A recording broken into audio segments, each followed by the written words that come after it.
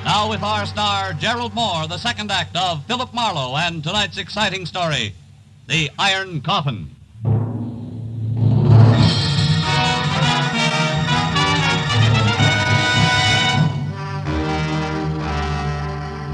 I kept telling myself that Virago wasn't in any danger. That this was 1950 and spirits from the 16th century didn't stand a ghost of a chance against a determined man. But I couldn't quite believe it. And things didn't get any cozier as I watched the man with the obsession descend into the crypt. A candle in his hand, casting a crazy chorus of shadow dancers against the dripping wet walls. After the trapdoor crashed shut, I kept holding on tight to the 20th century and things that made it tick. And that helped until I was back up to the basement level. A moment of your time, please, senor. A tangle of gray, black, shaggy hair fell all around a grisly old face that could have scared a Halloween mask. And the rest of them fit from a build that included almost no shoulders, ape-long, scrawny arms, and an outfit that was medieval. I did not mean to alarm you, senor. Yeah, you couldn't miss. It's so dark in here. You're Ramiro? Si, Ramiro. Yeah. I, senor, wait upon the master of this house, even as my father did, and his father before him. Always, senor, Ramiro has been in service in this castle. Always since Peter the Cruel. You mean you came over here from Spain? You were imported with this castle? Si, indeed. It had to be that way, senor. None else but Ramiro knows the castle. Every stone, every fixture, every sound in the night. Why, senor, there where you stand, Ramiro stood on that fateful day in the year 1562 when Dominic Virago, the Count of Castile, sentenced Peter the Cruel to his death. Oh, it was an awesome occasion, senor. I'll bet. The story of that day lives in my mind as though I had been present. I hear and see it all. Hear and see the fantastic spectacle in this very room. The place lighted by flaming torches. The prisoner was Peter the Cruel. His legs bound in heavy chains and weighted with an iron cord. The crowd searched to hear what the Dominic Virago, Count of Castile, to this day proclaim the tyrannical rule of the prisoner before me at an end. And I do further proclaim that the prisoner, Peter the Cruel, be hanged, wearing the shackles and weights of a common thief. And when his body is dead, I order it cut down and sealed in an iron coffin, the chains not removed. Only by right of the royal blood of our father do I allow his remains to be placed in the family crypt below this room. Now, Peter the Cruel, you have heard this sentence. How do you speak?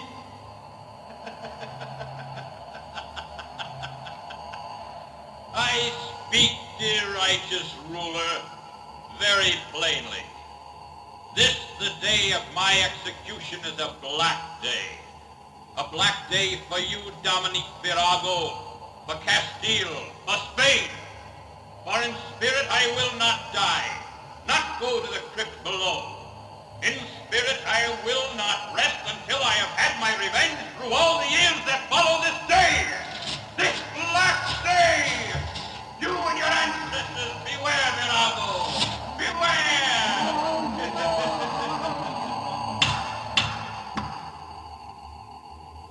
Silence! The Count of Castile will reply. Hang him!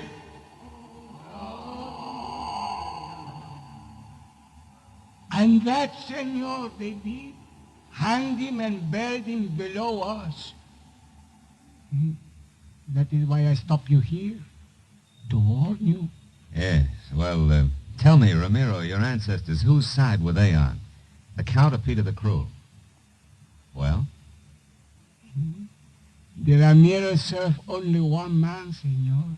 the master of the house, even as I today serve only 1 mile, the master of the house. Good night, senor. He glared at me for a long moment with sickly yellow eyes. Then he stepped back and was gone. Well, a few minutes later, I found Irene Newbold and told her what had happened at the crypt and of Virago's wish that she spend the night at Poindexter's place. When I saw her make one valiant try to keep from going to pieces, I picked up her coat and bag, held her firmly by the arm, and walked her fast outside into my car. It kept her thinking for a while. When we arrived at Poindexter's, I promised to awaken her at dawn for the return trip to the castle. She thanked me and went to her room, and a few minutes later, I went to mine.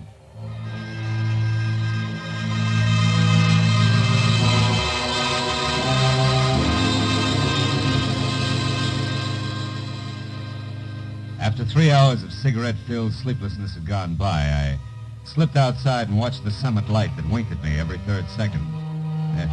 I didn't wink back. And the sight of El Chester Poindexter standing at the cliff's edge ahead, looking toward the bay below and the long, wide wash of the full moon, didn't help any. How do, Mr. Marlowe? Trouble sleeping? Yeah, your local ghost made good. He keeps propping my eyelids open. And you don't feel up to much smart joking either, huh, Mr. Marlowe? Poindexter, I'm worried about Virago. And you should be. That Peter the Cruel was certainly a powerful party. Oh, nuts to Peter the Cruel. There's another answer. There's gotta be. But you said Virago. Yeah, and I meant Virago. Virago in his own mind. He won't even look for another answer. He'll keep fighting ghosts until the boys in the white jackets with court orders call for him. And then there's Irene. Mr. Marlowe, you were saying... Hey, Poindexter, look out there. See out there, that boat anchored in the bay? Yeah. That's the same one I saw from the road before, isn't it? The road I took to the castle? Sure. Only sailboat around here. Springtide certainly has her dipping for moss tonight, huh? Certainly has. Her, me, and a lot of other things, including the fact that our boy who's chasing ghosts is going to be killed by something very real. If we don't get a move on. Come on, come on. We're all going to the castle in a big hurry.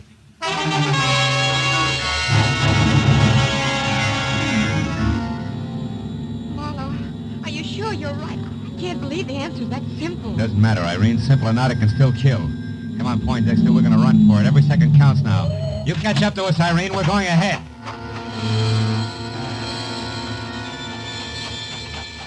Poindexter followed me as I ran into the castle, and down the stone stairs to the basement and along the passageway that led to the spot above the crypt where I'd first met Marino.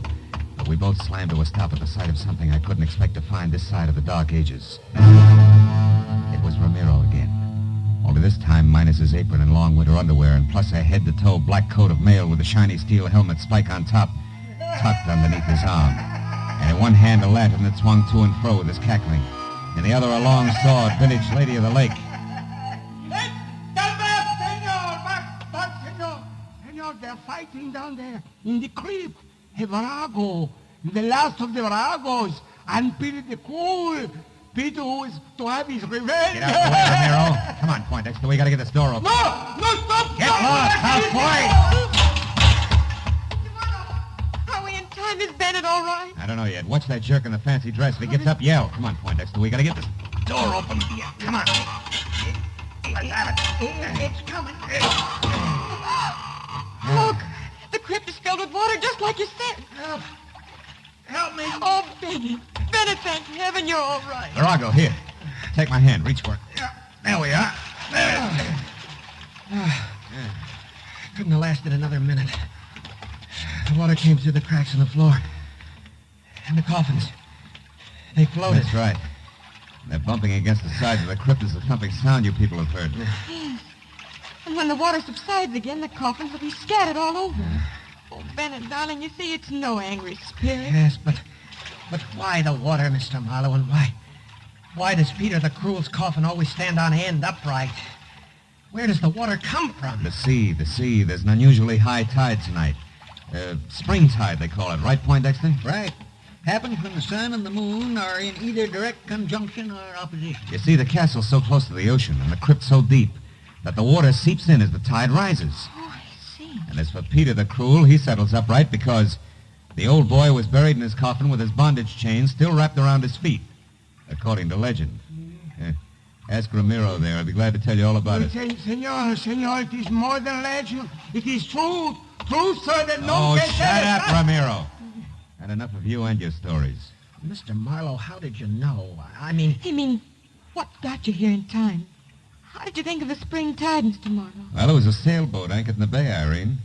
You know, when I first saw it, its mast pointed straight up at the stars. When I saw it again, hours later, it was dipped forward sharply because the anchor chain had been pulled tight by the rising tide. Well, that gave me the hunch I needed. the hunch we needed, Mr. Marlowe. Thanks a lot. I'm glad to be out of the 16th century, and you know something? What? I think I'll stay out.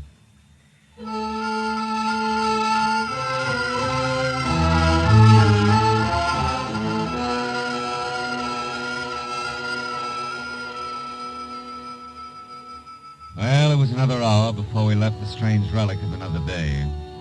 An hour in which everybody found himself thinking of Peter the Cruel's vengeful spirit.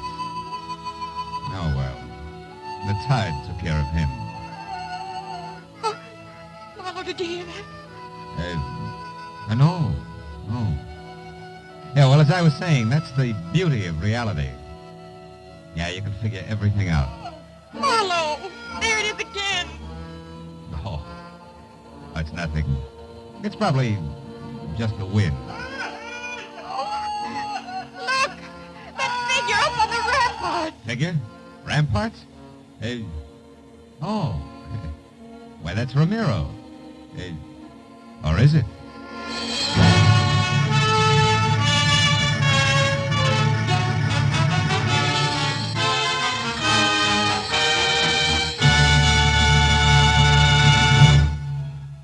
The Adventures of Philip Marlowe, presented by Wrigley's Spearmint Gum, bring you Raymond Chandler's most famous character and star, Gerald Moore.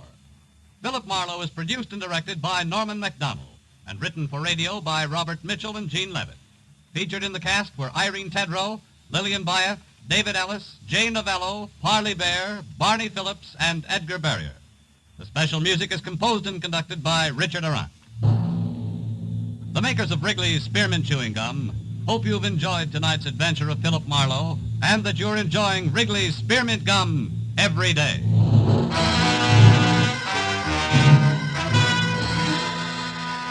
We invite you to be with us next week when Philip Marlowe says, This time a dying man's last wish led me from a gunman with orders to stop me, past a battered corpse in a crumbling mansion, to a ruthless redhead playing for keeps. And when it was over, the one in the middle got away with everything, except the dying man's last wish.